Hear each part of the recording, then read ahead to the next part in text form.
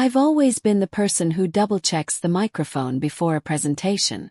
I'm the one with the backup laptop, the printed itinerary, the fire exits memorized. As a senior event planner, my job is to predict disasters before they happen and quietly fix them while everyone else drinks champagne. But standing on that stage at my company's 10th anniversary gala, I realized I'd made a critical error. I'd spent 10 years predicting every possible catastrophe except the one sleeping in my own bed. Drop a comment and let me know where you're listening from and what time it is right now. I'd love to know who's part of our community. The video on the screen wasn't a technical glitch. It was a montage. A carefully edited, high-definition character assassination. I stood frozen, clicker still in hand, as my husband Maverick's face filled the 20-foot screen behind me. He wasn't in our kitchen or living room. He was in a studio setup, looking grave, staring directly into the lens. He told the most important people in my industry, the clients who trusted me with millions of dollars, that he'd found the emails. He told them the child I was carrying, the pregnancy I'd announced to my team just a week ago, wasn't his. He produced a piece of paper, waving it like a prop, claiming it was a paternity test. The silence in the ballroom was absolute. The kind of silence that has weight, pressing against your eardrums. 300 people stopped breathing at once.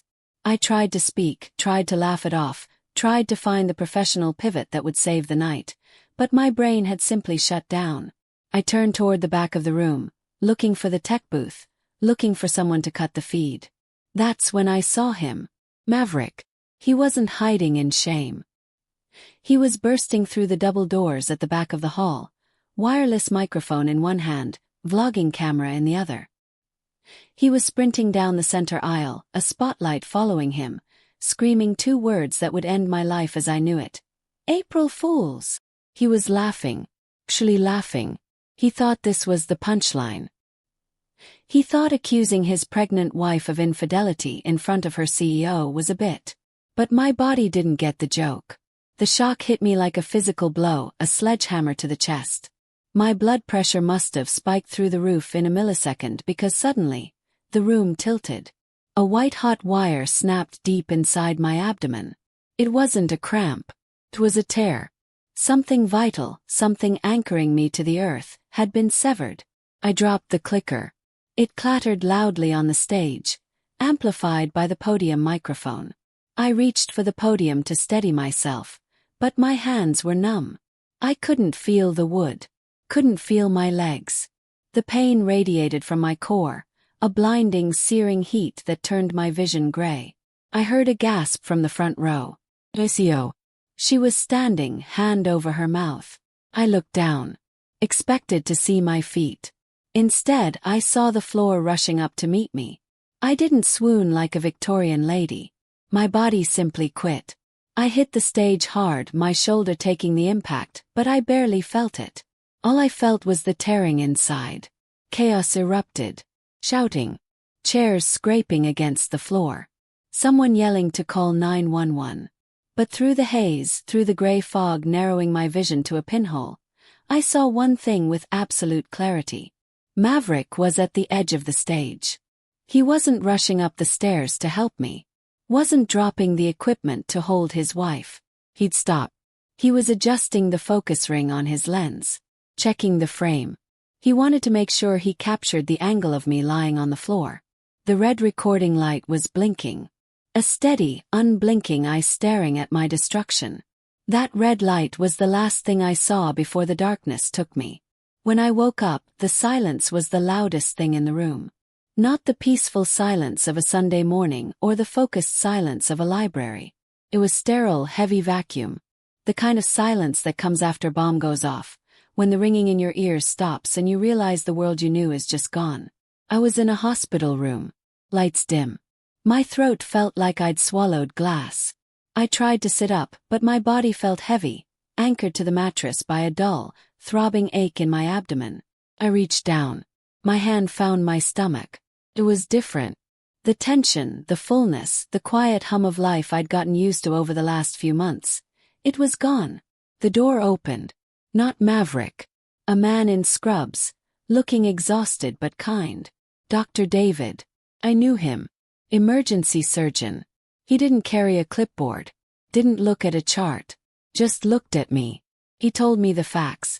Didn't use soft words. Used medical terms. Placental abruption. Hypertensive crisis. Significant blood loss. They'd had to operate immediately to save my life. Then he stopped. Waited. Let the silence do the rest. I didn't ask the question. Didn't have to. The answer was in the lack of a second heartbeat monitor. The answer was in the way the nurse in the corner was adjusting the blinds, refusing to meet my eyes. I laid my head back against the pillow and stared at the acoustic tiles on the ceiling. Didn't scream. Didn't wail. My brain simply catalogued the information. The baby is deceased. The pregnancy is terminated. The future is cancelled. That's when the ghost arrived. Not a spirit in a white sheet, but the ghost of the timeline I'd lost. I thought about the nursery. Maverick and I had spent the last 3 weekends working on it. We'd painted it a soft, buttery yellow because we didn't know the gender yet. Wanted it to be a surprise. I thought about the crib, still in its box in the hallway, waiting to be assembled. The stack of onesies I'd folded and placed in the top drawer of the dresser, arranged by size. 0 to 3 months, 3 to 6 months. That room wasn't just a room anymore. It was a physical manifestation of a lie. A museum for a person who would never exist. I realized then that grief isn't just missing someone. It's the sudden, violent deletion of a timeline. I wasn't just mourning a baby. I was mourning the first day of kindergarten. The graduation I'd never attend. The sound of feet running down the hallway on Christmas morning. All those moments, all those potential memories, had been stored in that yellow room. And now that room was just 4 walls and a can of paint. A ghost story. The silence in my house would be different now. It wouldn't be the quiet of anticipation. It would be the quiet of a tomb. I closed my eyes and for a second, I saw Maverick's face on the giant screen. Saw his smirk. Heard his laugh. April Fools. He'd traded an entire human life. He'd traded our future for a reaction video. He'd traded the first day of kindergarten for a click-through rate. A coldness settled into my chest, replacing the pain. A freezing, numbing sensation that started in my heart and spread to my fingertips. I welcomed it, needed it, because if I let myself feel the heat of the grief, I'd burn alive. But the cold was useful. The cold was clarifying. The nurse asked if I wanted anything for the pain. I told her no. I needed to feel exactly where the cut was. Needed to know exactly what had been taken from me, so I could calculate exactly what was owed. I reached for my phone on the bedside table. My hand was steady. It shouldn't have been. I should have been trembling. Should have been a mess of nerves and sorrow. But the cold had taken over completely now. I felt like I was operating a machine from a great distance. I unlocked the screen. 47 missed calls. 14 voicemails. And a stream of text messages that would become the first nail in his coffin. Maverick wasn't in the hallway. Wasn't pacing the waiting room. The nurse had told me earlier that security had escorted a man out because he was trying to film inside the ICU. I knew without asking it was him. I opened our text thread. Expected begging. Expected panic. Expected the erratic, desperate typing of a man who'd realized he'd killed his own child. Instead, I found a strategy meeting. Babe, please pick up. They won't let me in. Are you okay? Did the doctor say anything? Check Twitter. We're trending #1. The clip of you falling has 4 million views in 2 hours. People are hating on me right now, but we can fix this. We can spin it. Call me. We need to get ahead of the narrative before the blogs pick it up. I stared at the words. We can spin it. He wasn't worried about my uterus tearing open. Wasn't mourning the son or daughter he'd never hold. He was worried about the narrative. Worried about his brand. He saw my hospitalization not as a tragedy, but as a PR crisis to be managed. I didn't reply. I opened Instagram. There he was. A new post, uploaded 20 minutes ago. Video. The thumbnail was a close-up of his face, eyes red-rimmed, a single perfect tear tracking down his cheek. The lighting was soft, moody, the kind you only get with a ring light set to warm. He was wearing a hoodie, looking disheveled in a way that took time to style. Press play. "Hey guys," he whispered, his voice cracking perfectly on cue. "I just messed up. I messed up bad. I tried to do something funny and it went wrong. Please pray for Harper. She's in surgery. I love her so much. I'm broken right now." I watched it again. Watched his eyes. They weren't looking at the lens. They were flicking slightly to the side. He was reading a script. He'd written a script, set up the lighting, checked his audio levels, and recorded a performance of grief while I was being stitched back together. He'd tagged me. Used hashtags. Hashtag prank gone wrong. Hashtag pray for Harper. Hashtag couples. The caption ended with a link in his bio. A link to the full, uncut video of the prank on his YouTube channel. He was monetizing the apology, funneling the traffic from his fake remorse directly to the video of my collapse, using my near-death experience to drive ad revenue. Put the phone down. The last shred of affection I'd held for him, the final tiny thread of the marriage vow, snapped. It didn't hurt. It was a relief. The clarity of a diagnosis. I realized then that I hadn't married a man. I'd married an algorithm wrapped in skin. He didn't have a soul. He had engagement metrics. Didn't have empathy. He had audience retention strategies. To him, I wasn't a human being. I was a supporting character in his content. Prop. And the baby. The baby was just a plot twist that didn't test well with focus groups. I wasn't sad anymore. Sadness is for people who've lost something real. I hadn't lost a husband. I'd discovered a parasite. I sat up in the bed.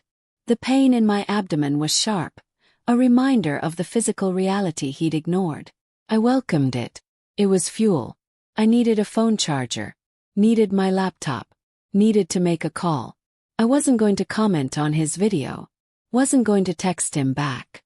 I was done participating in his reality show. I was about to cancel the show entirely. I discharged myself from the hospital 4 hours later. The doctor advised me to stay for observation, but I couldn't be in that bed anymore. That bed was for victims, and I was done being a victim.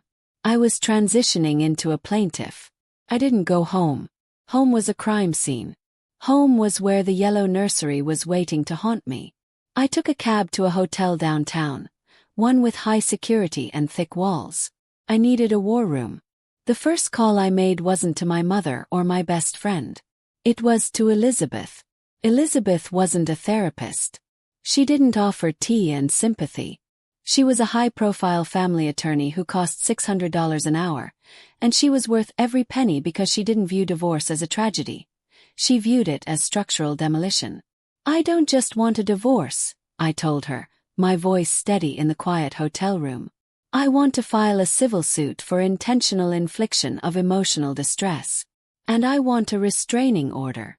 "We can do that," she said. Her tone was crisp, professional. It was the most comforting thing I'd heard all day. "But Harper, if we go down this road, it's scorched earth. There's no going back." "He salted the earth when he turned on that camera," I said. "Burn it." While Elizabeth drafted the filings, I opened my laptop. Time to execute the digital eviction. Maverick liked to play the role of provider on his Instagram stories, but the reality was much more mundane. I was the one with the steady paycheck. The one with the credit score. He was an authorized user on my life. I logged into our bank portal. I didn't just freeze the joint account. I drained it of my contributions, leaving exactly 50% of the balance, down to the cent. I wasn't stealing. I was settling accounts. Then I went for the credit cards. The cards he used to buy his lenses, his ring lights, his microphones. Card cancelled. Card cancelled. Card cancelled. I moved to the digital keys. Changed the passwords to Netflix, Spotify, Amazon Prime. Petty. Maybe. But it was a reminder. He didn't just lose a wife. He lost his infrastructure. Lost the person who made his life comfortable enough to play pretend. Then I did the most important thing. I revoked his administrative access to our home security system, changed the codes, locked him out of the cloud storage where we kept our photos. I systematically went through every digital tendril that connected us and severed it. My phone buzzed. Babe, my card just got declined at Starbucks. What's going on? Call me.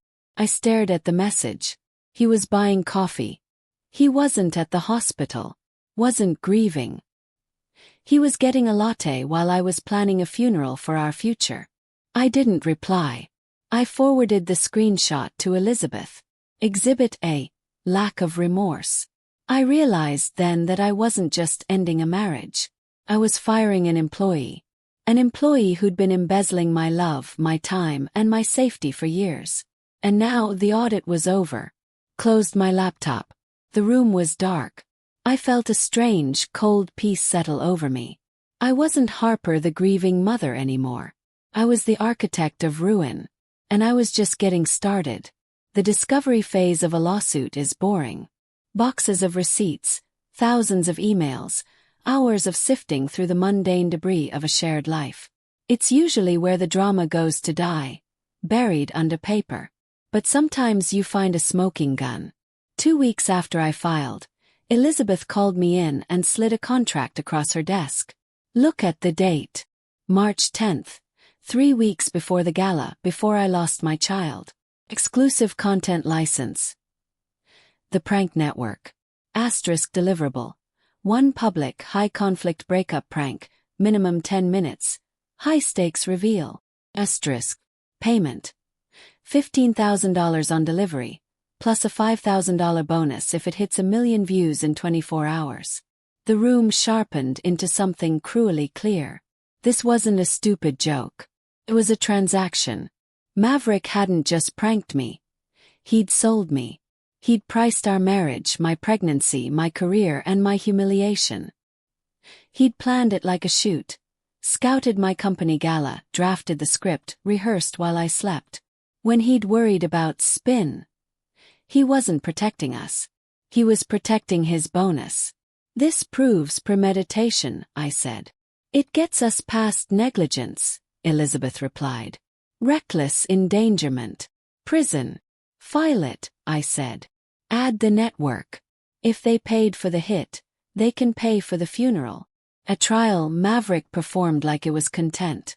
His lawyer called it comedy, art, pushing boundaries. I didn't give tears.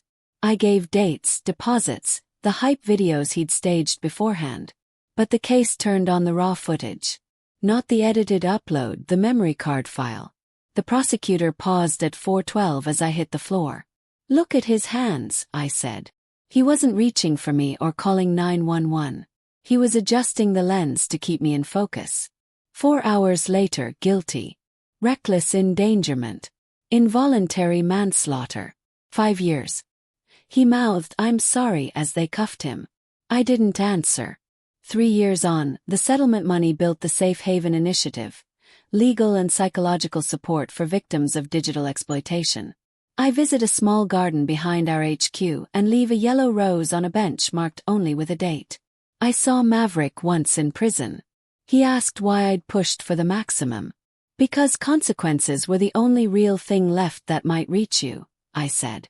A place you can't edit your way out of. I walked out into sunlight and kept walking. The nursery is gone. The fear is gone. What's left is quiet that belongs to me, and a life that protects instead of performs.